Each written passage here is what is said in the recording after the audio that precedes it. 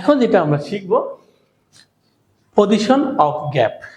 একটু আস্তে আস্তে আসি আমরা। হ্যাঁ, আমরা কিন্তু ক্রমান্বয়ে অ্যাডভান্স লেভেলে যাব। যারা আমার অনলাইনে ক্লাসগুলো করছো সকলকে অনুরোধ করব খাতায় লিখতে হবে। ছবি অথবা মুভি মানে ড্রামা দেখার মতো করে ক্লাসগুলো দেখলে হবে না। ক্লাসগুলো যখন তুমি এনজয় করবে সামনে রেখে খাতা কলম নিয়ে বসতে হবে। হ্যাঁ, স্টুডেন্ট কিনে নেবে। ওকে, ভার্বের পজিশন মানে ভার্বটা বসে কোথায়।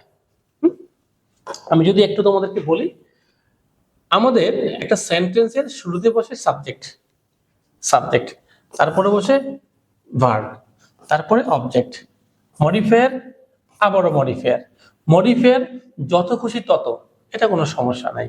কিন্তু ভার্বের পজিশন তাহলে কোথায় পেলাম আমরা? এই যে সাবজেক্টের পরই হচ্ছে ভার্বের পজিশন, মানে হচ্ছে নাম্বার 1, নাম্বার 2, হ্যাঁ সেকেন্ড পজিশন। তাহলে সেন্টেন্সে ভার্ব কোথায় পাওয়া যায়?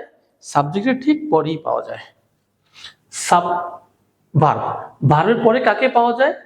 অবজেক্টকে পাওয়া যায়। তারপরে মডিফায়ার একাধিক বসতে পারে। ওকে, এখন আমরা আরেকটা জিনিস জানবো। এই যে ভার্ব হচ্ছে দুই ক্যাটাগরির, একটা হচ্ছে অক্সিলারি ভার্ব, একটা হচ্ছে মেইন ভার্ব। অক্সিলারি ভার্ব সাহায্যকারী ক্রিয়া, নামে মাত্র সাহায্যকারী, আসলে ওরাই কিন্তু মেইন। আর এটাকে বলে মেইন ভার্ব। আসলে ওরা মেইন ভার্ব না, গ্রামারের ভাষায় বলা হয় মেইন ভার্ব, অক্সিলারি ভার্ব, কিন্তু এরাই আসল। টেন্স এবং ভয়েস তৈরিতে সবসময় ওরাই কাজ করে, আর নাম হয় কাদের? এদের।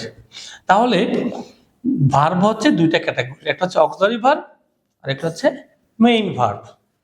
এই পর্বে আমরা যেটা শিখলাম সেটা হচ্ছে ভার্বের পজিশনটা কোথায়। আনসার হচ্ছে সেকেন্ড পজিশন। গুড।